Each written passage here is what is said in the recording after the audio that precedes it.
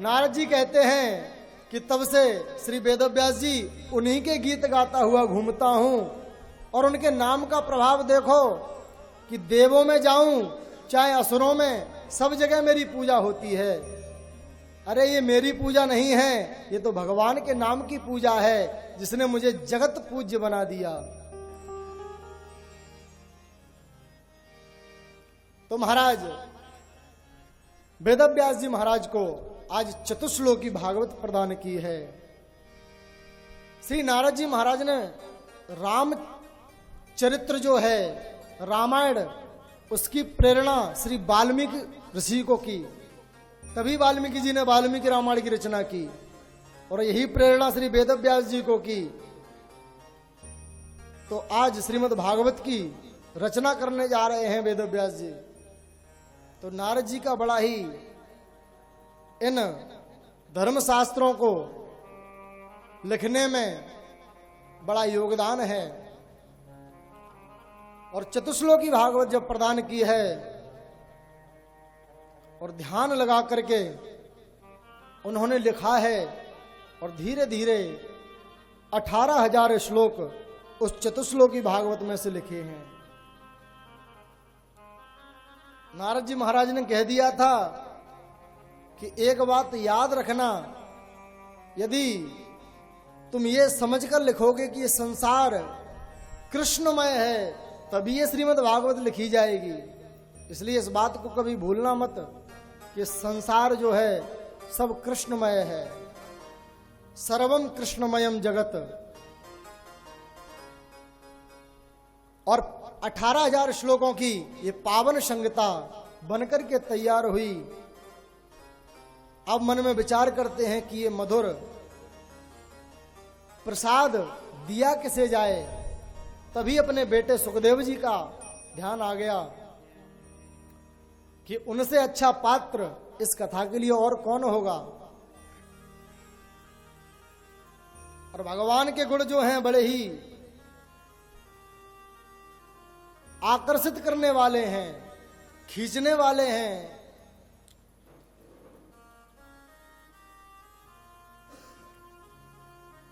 अपने कुछ शिष्यों को श्रीमद् भागवत के 2-4 श्लोक रटा दिए और कहा कि जाओ जहां पर श्री सुखदेव जी समाधिस्थ गुफा में बैठे हैं वहीं पर जाकर के इन श्लोकों को गुनगुनाओ। एक शिष्य गया और जहां पर सुखदेव जी समाधिस्थ बैठे थे वहां पर जाकर के बड़ा ही पावन भगवान के स्वरूप का जिसमें वर्णन किया गया है उस श्लोक को गाया। बरहा पीड़म नटवर बपुः कर्णयो कर्णिकारम बिभ्रदवासः कनक कपिसम वैजयन्ती च माला रंध्रान् वेणोरधर सुधया पूरयन् गोपवृन्दै वृन्दारण्यं स्वपदरमणम् प्राविशद गीतकीर्तिः। भगवान श्री बाल कृष्ण लाल आज मोर पंख धारण किए हुए बरहा पीड़म नटवर बपुः जो सभी मनुष्यों में श्रेष्ठ हैं और कानों में कनेर के फूल के कुंडल पहने हुए हैं और वैजंती माला गले में धारण किए हुए संध्या काल के समय में अपनी गौचारण करते हुए गायों को लेकर के श्री वृंदारण्य में प्रवेश पा रहे हैं। ऐसी ग्वाल मंडली के साथ हैं और सभी ग्वाल वाल भगवान की कीर्ति का गुणगान कर रहे हैं। ऐसी दिव्य छटा का जब वर्णन सुना भगवान की तो श्री सुखदेव जी का जो चित्त है वह खिंच गया। मन में विचार करते हैं कि इतना सुंदर भला कौन हो सकता है। फिर अपने मन को संभाला कि जो सुंदर होते हैं वह अभिमानी होते हैं। शायद क्या पता कैसा स्वभाव हो इनका, इसलिए फिर अपने मन को संभाला, फिर से ध्यान करने लग गए। तो तभी दूसरे श्लोक में दूसरे शिष्य ने भगवान का स्वभाव वर्णन कर दिया कि अहो बकीयम स्तनकालकूटम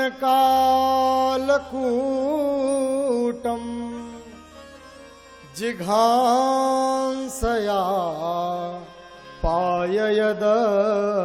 पाययदप्यसाध्वी लेभे गतिम धात्र्युचितां ततोऽन्यं कंबा दयालुं सरलं ब्रजेम। बोले ऐसा दयालु ऐसा कृपालु भला कौन होगा जो बकासुर की बहन पूतना भगवान को कालकूट विष स्तन में लगाकर मारने के लिए आई। लेकिन धन्य है ठाकुर जी महाराज, उसके अवगुणों पर पर्दा डाल दिया और कहते हैं कि भली बुरी जैसी ही सही, लेकिन काम तो इसने मैया का किया है, इसलिए गति तो इसे मैया की ही प्रदान करेंगे। और जो गति मैया यशोदा को बाद में मिलने वाली है, वही गति आज भगवान ने पूतना को प्रदान कर दी। तो बताइए इससे ज्यादा दयालु और कृपालु कौन होगा?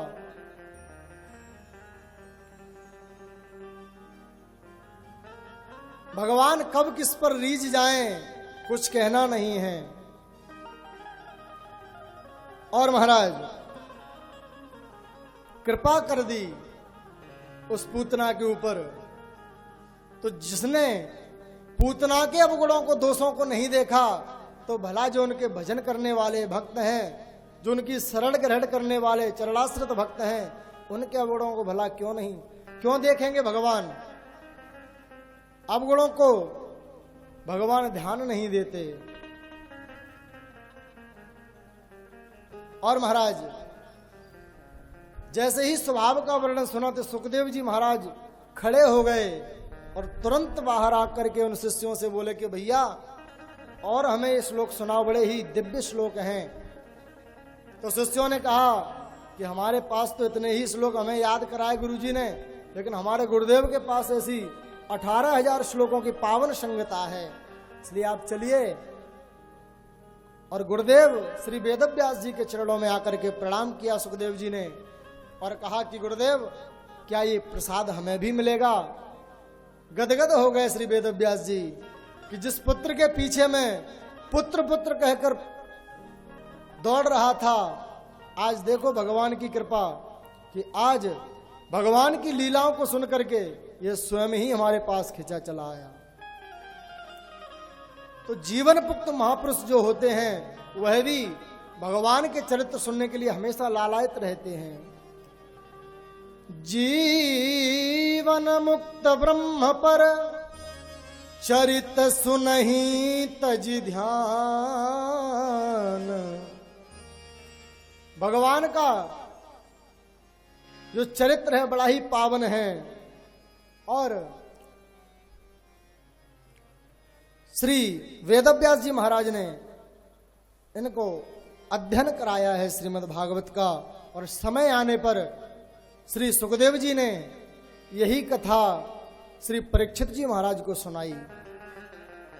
पूछ दिया हमें कृपा करके सुखदेव जी का चरित्र सुनाइए, और यहीं से महाभारत की जो कथा प्रारंभ हो गई। महाभारत में जो है 11 अक्षौहिणी सेना जो थी वह कौरवों की थी और 7 अक्षौहिणी सेना पांडवों की थी। अंतिम जो युद्ध हुआ दुर्योधन और भीम का हुआ, और अंतिम युद्ध में दुर्योधन की जंघा को भीमसेन ने तोड़ दिया और वहां से चले गए। एकांत में अश्वत्थामा आया और कहा कि मित्र हमने तुम्हारा वह वैभव देखा कि जिसमें तुम्हारे यहां पर किसी प्रकार की कोई कमी नहीं थी, और आज उस महापुरुष का ये हाल। क्या इच्छा है तुम्हारी? तो उन्होंने कहा कि हमारी एक ही इच्छा है कि हमारे शत्रु 5 भाई थे, उनमें एक ही नहीं मरा, एक भी नहीं मरा, और हम 100 भाई थे जिसमें से 99 मर गए, केवल मैं बचा हूं। यदि एक भी उनमें से मर जाए तो हमारे मन को शांति मिले। अश्वत्थामा ने कहा कि आप यदि हमें राजा बना दें तो हम ये काम कर देंगे।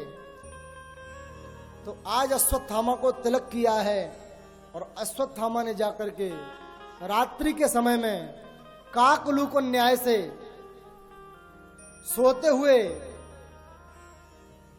द्रौपदी के 5 पुत्र जो 5 पांडवों के समान दिखते हैं, उनको आज सैया पर सोते सोते मार दिया। प्रातःकाल बालक प्रणाम करने आते थे माता को, लेकिन आज जब प्रातः नहीं आए तो दासी से कहा, दासी ने जाकर के देखा तो महाराज चीत्कार करने लगी दासी। द्रौपदी ने जाकर के देखा तो महाराज, माता शिशूनां निधनम सुतानां निशम्य घोरम परितप्यमाना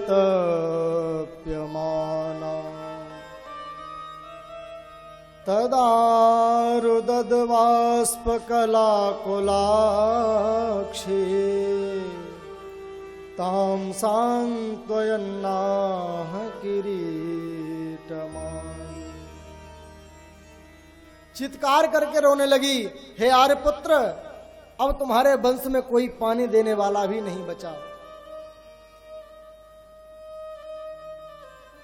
ये जो 5 पुत्र थे समाप्त हो चुके हैं।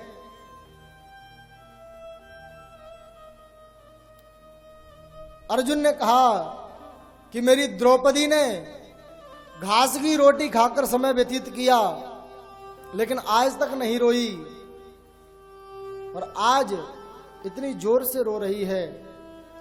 पूछा कि किसने किया ये सब? तो कहा कि दूत कहते हैं कि रात्रि में अश्वत्थामा आया था। प्रतिज्ञा कर ली अर्जुन ने कि जिसने भी किया है ये सब, उसे मैं तुम्हारे सामने आकर मारूंगा।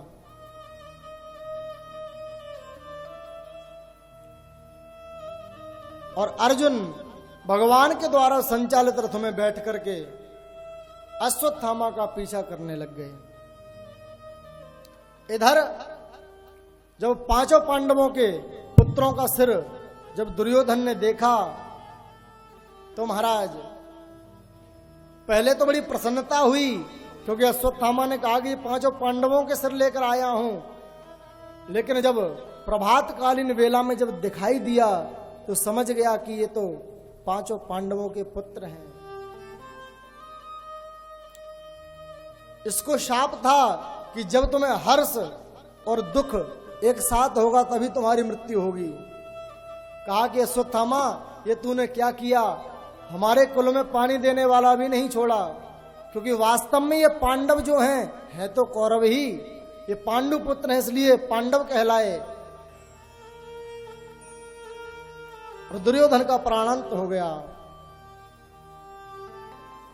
अश्वत्थामा ने सोचा कि अब अर्जुन मुझे नहीं छोड़ेगा, तब तक अर्जुन का रथ दिखाई देने लग गया। अश्वत्थामा भी भागने लगा, लेकिन कब तक भागता? बचने के लिए ब्रह्मास्त्र चला दिया इसने। तो भगवान ने कहा, अर्जुन तुम घबराओ मत, तुम भी ब्रह्मास्त्र चलाओ। और अर्जुन ने भी ब्रह्मास्त्र चलाया। भगवान के आदेश से दोनों ब्रह्मास्त्र शांत किए हैं। और आज भगवान से जो रथ संचालित है उसी रथ से बांध करके अश्वत्थामा को आज खींचकर लाए हैं, बांधकर द्रौपदी के पास। द्रौपदी ने जैसे ही देखा गुरुपुत्र अश्वत्थामा को बंधा हुआ तो आकर के रस्सियां खोलने लगी कि मुच्यता मुच्यता में स ब्राह्मणो नितराम गुरु सरहस्यो धनुर्वेदः सविसर्गोपसंयमः। छोड़ दीजिए महाराज, ये तो आपके गुरुपुत्र हैं, जिन गुरुदेव ने आपको समस्त विद्याओं का दान किया। आज वही गुरुपुत्र तो आज गुरुदेव के रूप में आपके सामने खड़े हैं। अर्जुन कहते हैं देवी, अभी तो तुम बड़ा रुदन कर रही थी, अब क्या हो गया?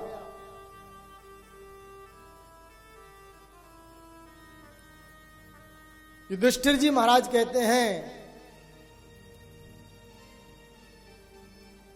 कि द्रौपदी ठीक कह रही है, छोड़ दो, ये गुरुपुत्र है।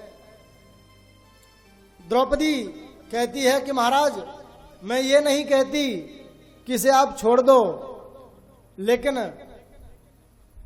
यदि इसके मारने से हमारे पुत्र जीवित हो जाएं तो आप इसे अवश्य मार दो। क्या मेरे पुत्र जीवित हो सकते हैं? नहीं, क्योंकि मैं जानती हूं कि पुत्रों के मरने की पीड़ा क्या होती है, और यदि ये मर गया तो इसकी माता जो है क्या मेरी तरह नहीं रोएगी?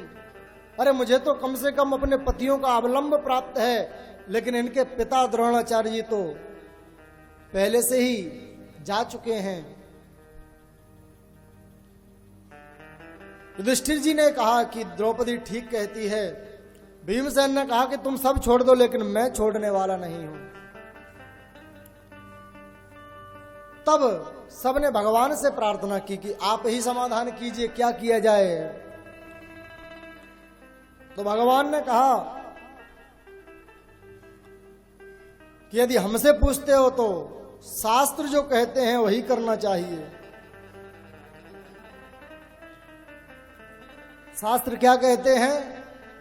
भगवान कहते हैं कि ब्रह्म बंधुर्न हन्तव्या आततायी बधार्हणः मय्यवो भयमाम्नातं परिपाह्यनुशासनम्।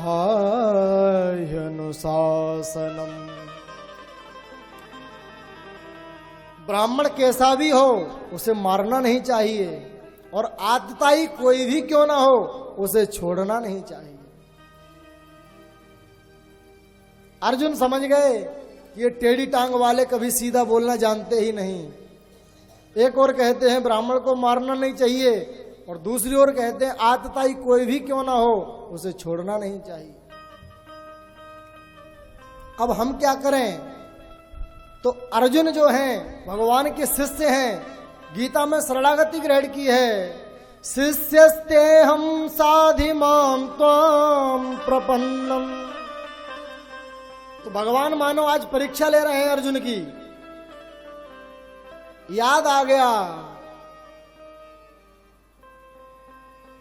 सूत्र गीता का कि महाराज माननीय पुरुषों का अपमान ही मृत्यु के समान होता है। संभावितस्य चा कीर्तिर् मरणादितिर्च्यते।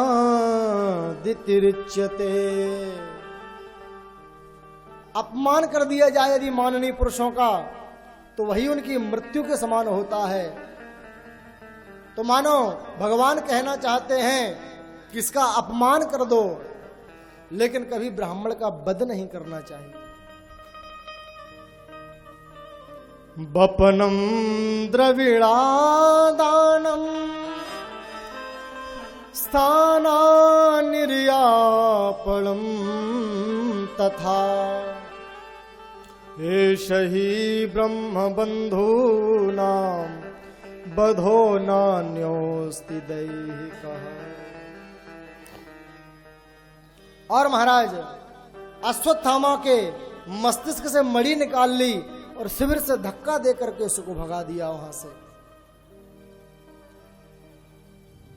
अश्वत्थामा के मन में तो यह होना चाहिए कि पांडवों ने हमें मारा नहीं, यही बहुत बड़ी बात है, लेकिन उसके मन में तो क्रोध की भावना जागृत हो गई कि इन्होंने हमारा अपमान किया, अब इनके वंश में कोई पानी देने वाला भी नहीं छोड़ूंगा।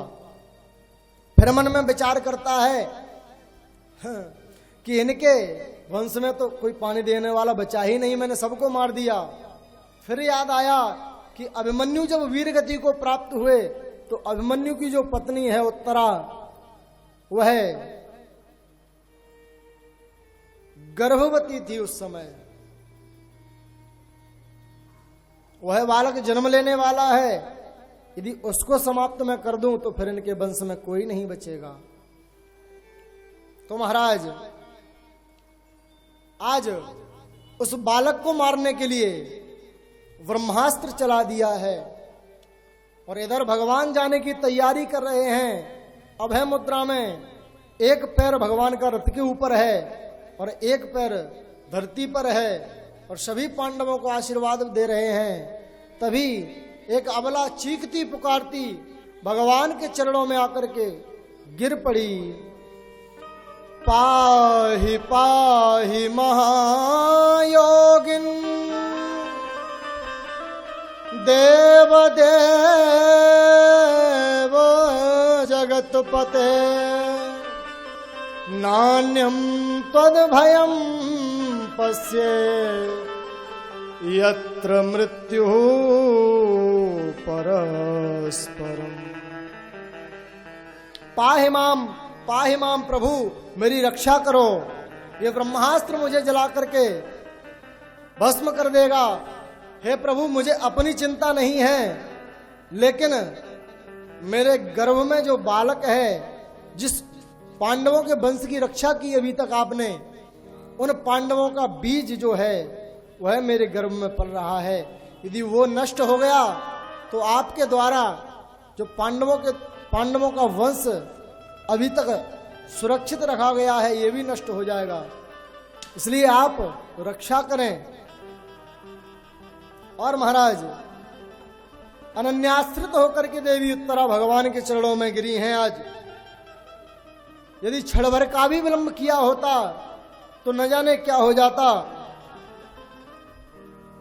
और भगवान ने अंगूठे के पौर के समान आज सूक्ष्म रूप बनाया और उस गर्भस्थ शिशु की भगवान ने रक्षा कर दी है।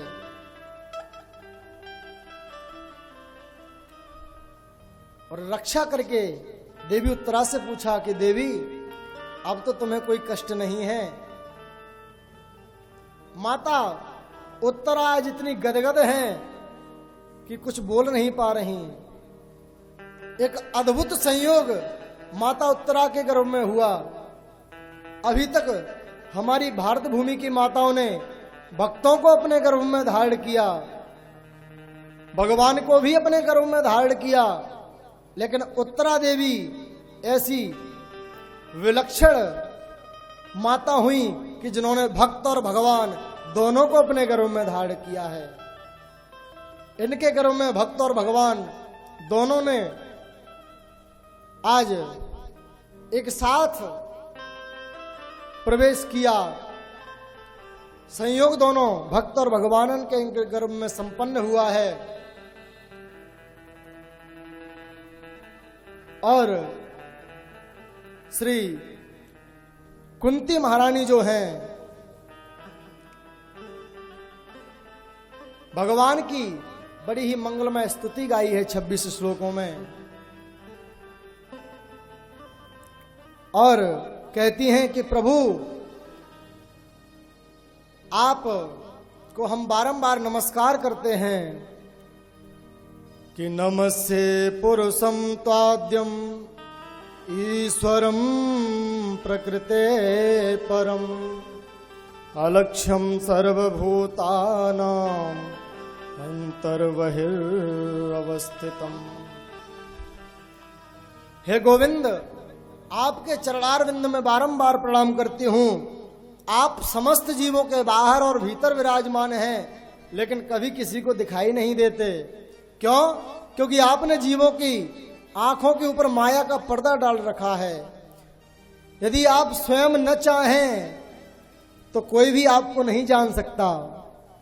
गोस्वामी जी लिखते हैं, सो जानहि जेहि देहु जनाई, सो जानहि जहि देहु जनाई, हो सो जानहि जेहि देहु जनाई, सो जानहि तहि देहु जनाई, हो जानत तुमहि तुम्हें होई जाई, जानत तुमहि तुम्हें होई जाई, हो जानत तुमहि तुम्हें होई जाई, सो जानहि जहि देहु जनाई।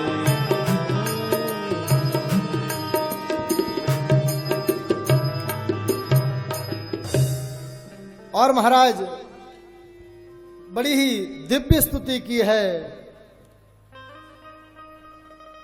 भगवान कहते हैं, अरे बुआ आप हमारी स्तुति क्यों कर रही हो? कुंती माता कहती है, प्रभु बस यही तो आपकी माया है।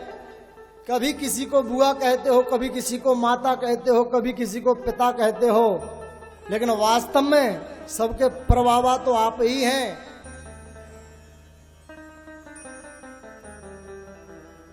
भगवान कहते हैं, यदि आपने हमें भगवान मान ही लिया है तो आप कुछ मांग लो। तो माता कुंती ने क्या मांगा? ये श्रीमद् भागवत के आज मांगने वाले हैं। क्या मांग रहे हैं? कुंती माता ने ऐसी चीज मांगी कि सबके होश उड़ गए सुनते ही। विपदः सन्तु नः सस्वत तत्र तत्र जगद्गुरो भवतो दर्शनं यत् स्यात् अपुन भवदर्शनम्। हे गोविंद, यदि देना ही चाहते हो तो एक ही वरदान दे दो। क्या? कि मेरे जीवन में विपत्तियों पर विपत्तियां आती रहें, दुखों के पहाड़ मेरे जीवन में टूटते रहें। क्योंकि हम भगवान की याद कब करते हैं? जब हमारे जीवन में विपत्ति आती है। दो सखियां थीं, तो उसकी विवाह की जो तिथि है वह पक्की हो गई। तो वहां से उसके होने वाले पति ने एक नथनी भेजी उसके लिए।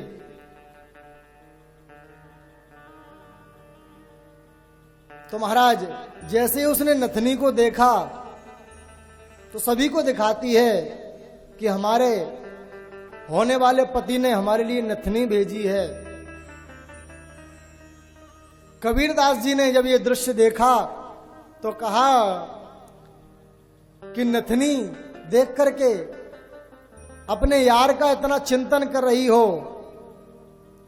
लेकिन जिस परमात्मा ने तुम्हें ये नाक दी है उस परमात्मा का कभी चिंतन किया? कि नथनी दीनी यार ने तो चिंतन बारंबार, पर नाक दीनी करतार ने उनको दिया विसार। भगवान को भुला दिया। जिन्होंने ये नाक कान पूरा शरीर दिया है उनका हमें कभी चिंतन नहीं होता, ध्यान नहीं होता। तो माता कुंती कहती है, प्रभु हमारे जीवन में विपत्तियों पर विपत्तियां आती रहें, क्योंकि जब दुख आता है तभी आपकी याद आती है। श्री कबीरदास जी महाराज तो कहते हैं कि ऐसे सुख को हम सुख नहीं कहते कि जिसमें भगवान की विस्मृति हो जावे। कि सुख के माथे सिल पर ही जो हरि हृदय से जाए, बलिहारी वा दुख की जो पल पल नाम जपाए। ऐसे सुख के माथे पर तो पत्थर पड़ जाए जो भगवान हमारे हृदय से निकल जावे, और उस दुख पर हम बलिहारी जाते हैं कि जो भगवान का नित्य प्रति नाम हमारे मुख से जपवाता रहते हैं। उस दुख पर हमें अति प्रसन्नता है, क्योंकि वास्तव में संपत्ति को संपत्ति नहीं कहते, विपत्ति को विपत्ति नहीं कहते। भगवान का स्मरण ही सबसे बड़ी संपत्ति है, भगवान का विस्मरण ही सबसे बड़ी विपत्ति है, और भगवान का स्मरण करना ही सबसे बड़ी संपत्ति है। इसलिए महाराज, विपदो नैव विपदः संपदो नैव संपदः, विपद विस्मरणं विष्णु संपन्नारायण स्मृति। गोस्वामी जी सुंदरकांड में लिखते हैं, श्री हनुमान जी महाराज भगवान से कह रहे हैं कि प्रभु कह हनुमंत विपति प्रभु सोई, कहे हनुमंत विपति प्रभु सोई।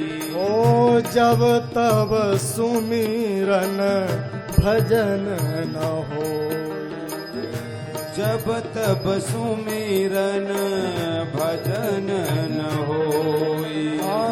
जब तब सुमिरन भजन न हो। कहते हैं कि सबसे बड़ी विपत्ति वही है कि आपका सुमिरन प्रभु ना होवे।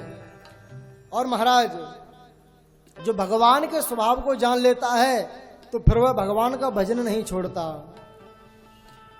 कि उमा राम स्वभाव जही जाना, ताही भजन तजी भाव न आना, ताही भजन तज भाव न।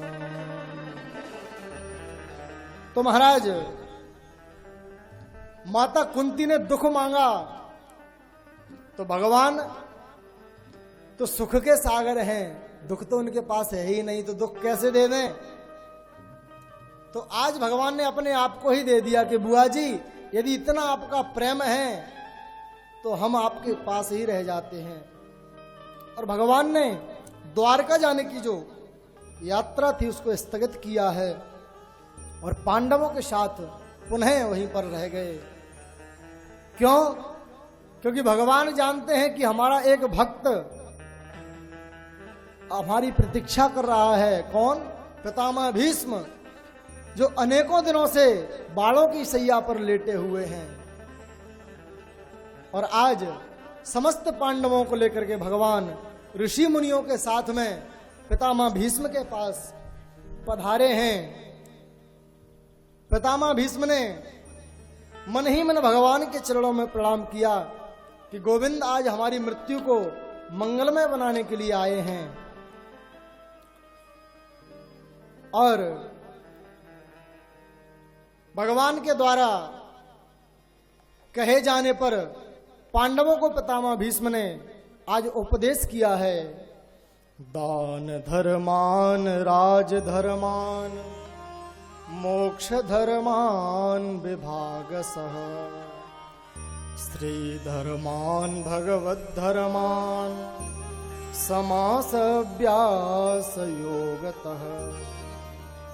दान धर्म, राज धर्म, मोक्ष धर्म आदि, स्त्री धर्म, भगवत धर्म आदि का उपदेश किया। और महाराज सबसे पहले दान के बारे में बताया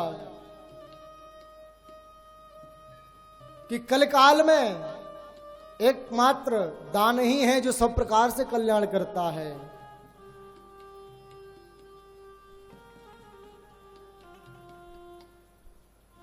दान देने से ही कलकाल में सब प्रकार का कल्याण होता है। कि जेन के न विधि दीने दान करहीं कल्याण। इसलिए दान करना, क्योंकि दान करें धन ना घटे, जो सहाय रघुबीर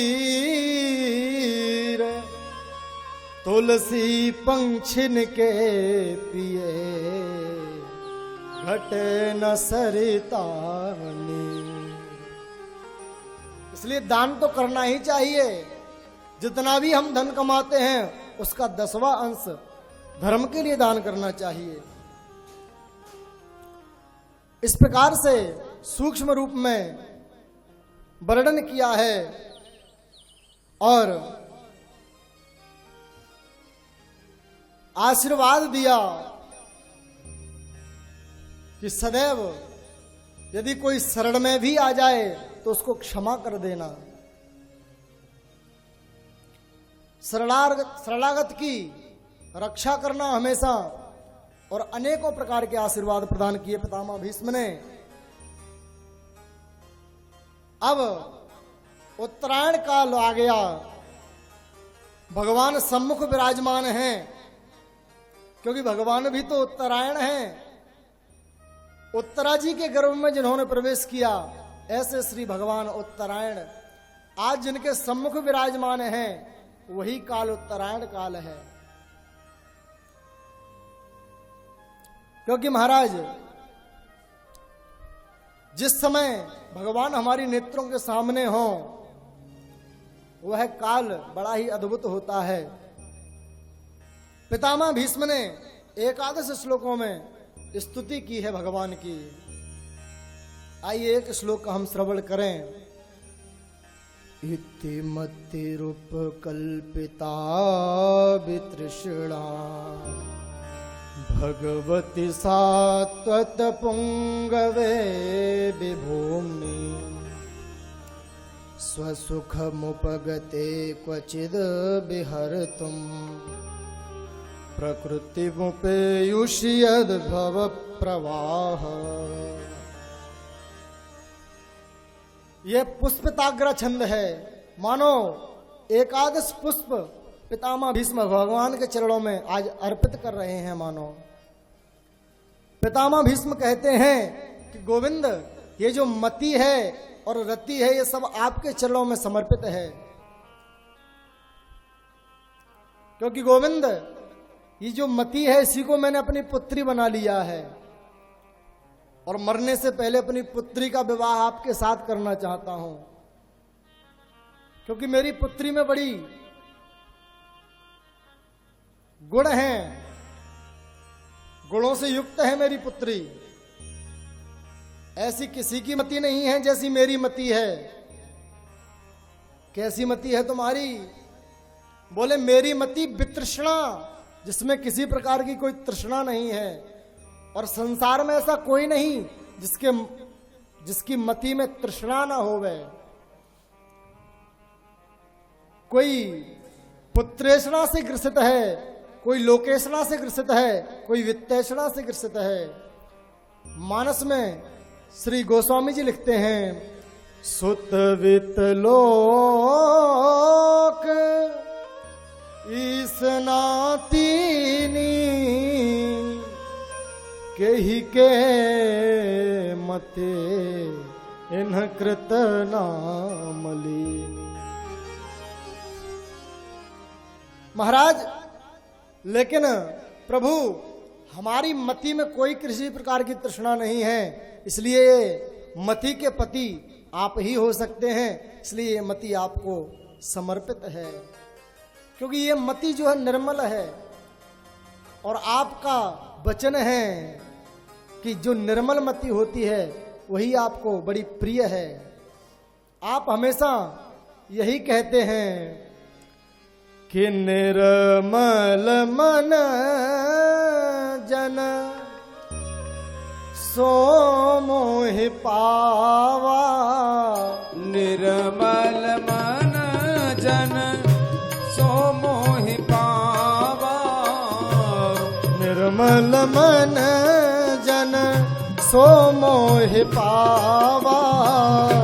निर्मल मन जन सो मोहि पावा। मोहे कपट छल क्षेत्र न भावा। मोहे कपट छल छिद्र न भावा। ओ मोहे कपट छल क्षेत्र न भावा। मोहे कपट छल छिद्र न